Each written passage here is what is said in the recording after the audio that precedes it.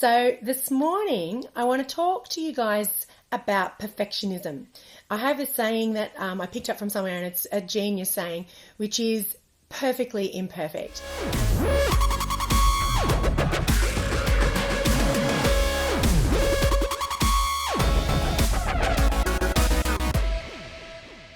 Worse, this whole idea of perfectionism and people using it as an excuse as to why not to implement things and keep going forward in their business with their marketing. So basically, I'll give you the definition of what perfectionism is. I mean, there's a lot of different definitions, but this is a really great one that resonated with me, and I think it'll resonate with you guys.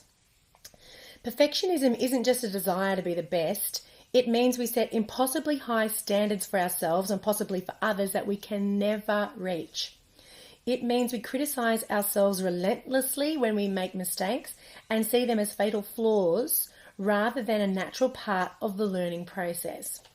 Perfectionism means we never feel good enough because we base our self-worth on what we do, what we achieve, and what others think of us. So if any of that resonates with you, even in a small way, I would suggest to you that it's holding you back in your marketing, and therefore it's holding you back in your business and how it's progressing forward.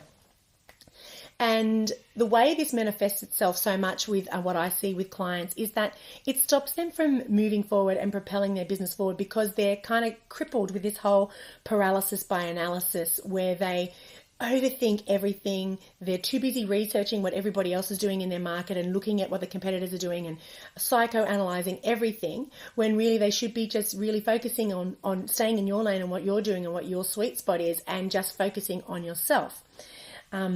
We are way too hard on ourselves as business owners, particularly I think small business owners. Like, we like to feel like that we're good at everything and we want to be everything to everybody because we haven't quite figured out yet what our niche is. And I see this a lot with small business owners, is really understanding who do we serve, who is it that our sweet spot is with, and just focusing on that. It's when we try to be too much to everybody that we get quite absorbed about what everybody else is doing, and we don't just know what our sweet spot is. And when we're not aligned in our heart and connected to what our actual message is and what our purpose is, that is also when we're can go down the path of perfectionism, rather than actually just knowing that what we do is good and being so solely connected to what we do that we get too caught up in presenting it perfectly because we actually don't have faith in what we're presenting as being the truth in our business, and that's what marketing should be. It should always be based around the truth of what you're putting out there about whatever your service is, whatever your goods are. So if you're not feeling confident about that, if you're not feeling aligned with what your message is, then it is going to feel, I'm not going to say fake, because it's never fake. You're doing it so it's real, but you're not going to be 100% connected to it. So connection really is the answer to how you can knock this perfectionism on its head. And there's a really sad thing about when you base your success around what other people think about you and your business and what it is that you do and what you stand for, which is what the whole definition of perfectionism was. That's really sad for you as an individual, because you're not aligned then 100% with what your message is, and then you get into the perfectionism trap, and it's really sad if you're not feeling joy when you're doing something really good in your business because you don't have that confidence in what you're actually doing. The other reason why perfectionism is no good is because you get really slow to market. You can have an amazing idea. Like yesterday, James and I, with our Heretic agency, we had the most amazing idea around how we want to get some new clients and the kind of services we want to give to them. And it's really unique and it's really targeted to our industries and what we do together. He does video, I do marketing, copywriting, design and branding. And so we had this amazing idea of how we're going to package up our services and do service a particular industry. Now, if we get caught up in perfectionism in this idea that we have, it's going to take us months to craft this perfect message and create the perfectly designed package and then get it out to them and then follow up. It'll be months and months. Whereas what we should really do is, we've got this great idea, we badge it up, we test it out really quickly with one business and get a bit of a case study on it, see that it'll work, get the data, and then just pitch it like crazy to all these different clients in this particular industry that we want to service. And we should get this done, in the next couple of weeks, not get this done in the next few months. And this is where perfectionism stuffs up, because we have this belief that it has to be 100% perfect. Otherwise, people won't love us. And this is where this is all stemming from. We just want people to like us. And in real cases of extreme perfectionism, we want people to love us. And so therefore we take months and months to execute this idea that we could have just gotten out in a week or two, or even days. So this is where perfectionism is really stuffing up our businesses, because we're not getting things out to market quickly enough. And then other people might come up with the same idea just by pure chance, and it's the person who launches first and the person who gets the market share first that wins, not the person who came up with it first, not the person who maybe executes it perfectly. So this is where perfectionism really gets in the way. Because in a lot of cases, and it pains even me because I'm a reformed perfectionist who still goes back into perfectionism, it is 80% actually is good enough in a lot of cases when you're launching something new, because you want to be able to pivot and actually sort of shuffle it around and rejig it a bit anyway. So like I've just released my podcast last week. I released it called Connected, and I got caught up in perfectionism big time, and I should have released it. Seriously, I should have released it before Christmas, and I was so caught up in having the perfect guest, the perfect look, wanting to get my new Melissa Jade website looking perfect before I launched it. And so then I found myself releasing it at the end of February. And really, I'm 2 months behind the 8 ball. Like I want to get another iteration out of my course next month. And like the whole part of the marketing for my course was having my podcast out to sort of like get new people in to knowing who I am and understanding what I'm about and really getting my message out there in a really great way. And I'm 2 months behind because I took so long getting this bloody podcast out because I was caught up in perfectionism. And it wasn't only until I recognized that that's what I was doing that I was able to pull my head in and just get the thing out with a half-baked website. And, the podcast itself is great, but, there are things that could have been better with sound and with the promos. So I'm trying to give you these examples of where I am stuffing up with perfectionism, that it is slowing me down in my progress with my business. And I can imagine that you can find examples of where it's stuffing you up in your business as well. And the more honest we are with ourselves, the better we are then around understanding where perfectionism is messing us up. What else does perfectionism do? It helps, it doesn't give us our authentic voice. If we're so busy caught up in trying to be perfect for everybody, we're perfect to nobody. So we want to be authentic in the way that we present ourselves. We don't want to be this fake shell of perfection. So, if it means that you have a brainwave, hi Jackie, I can see you on there. Nice to see you. You're a really great example, actually. Like I've seen you do Facebook Lives. This is beautiful. And you've come out of the gym and you're hot and you're sweaty, but you have a thought and you want to communicate it. So you'll either get on Instagram Live or Facebook Live and you'll just get that message across. And it's as authentic as hell because you're in your realest form. And sometimes we have the greatest epiphanies when we have just come out of the gym. We have just done something that, we're all messy and sweaty and hot and bothered. And that's often when we have our greatest thoughts and you want to share that message. But if you're caught up in perfectionism and you have to have your hair perfect, the makeup perfect, the perfect setting, the perfect backdrop, the perfect lighting, you've missed the opportunity and your authentic voice is lost. So perfectionism totally gets in the way of us communicating our best message. This is another thing that a lot of small business owners can so relate to, and this is something that I did for years and years and years and years. When you get caught up in perfectionism, you think that you're the only person that is the best person for the job. So guess what that stops you from doing? It stops you from hiring people.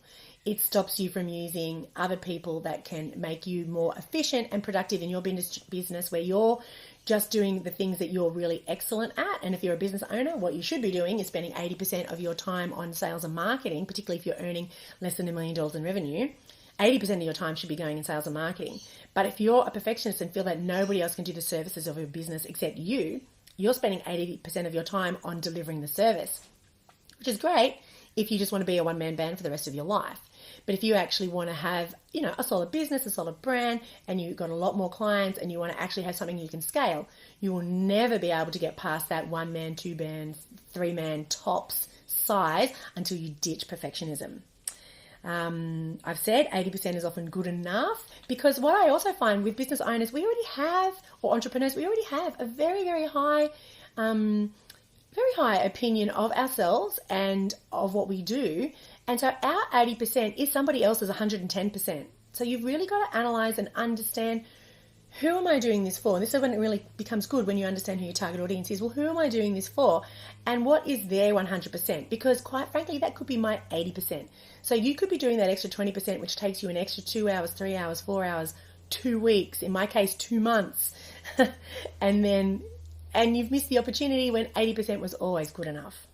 And it also, you need 20 points of contact these days with a prospect before they're going to even make contact with you as a potential person to do business with you. So you imagine there's 20 points of contact. If you're trying to ensure that your every single 20 point of contact with somebody is perfect, you have got, but it's going to take you a month to get 20 points of contact out to them. Whereas you should be really aiming to strive to get that out in one day, 1 hour, 1 week, whatever it is, not a month.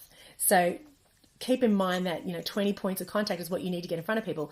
If you're making that perfect every time you're doing that, it's going to slow you down.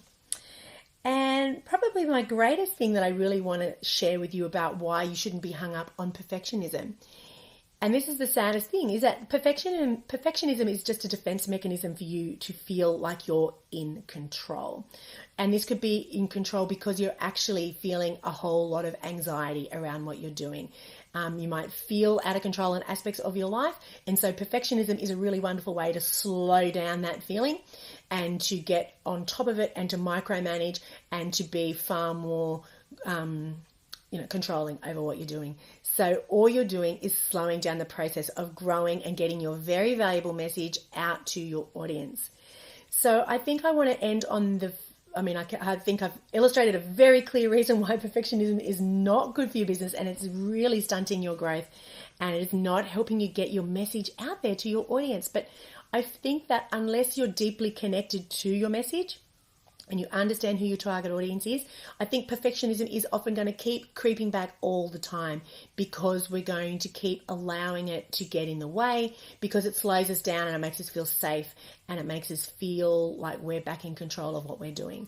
So the more connected you are to what you're doing and the message of what you're putting out there, and you really believe in what you're doing, if you put out something and the vision isn't 100% perfect, if you put out something on Facebook Live and you don't have perfect makeup on, if you share, like I did the other day with my podcast and the website that I shared it out on, it's not even 30% ready.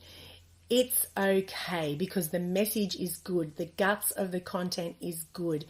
The content of what you're delivering is going to change lives. It really is helping people. And that's all that people really care about. Yes, it's wonderful if you have a beautiful, pretty aesthetic around it, particularly if you're in a more feminine kind of business.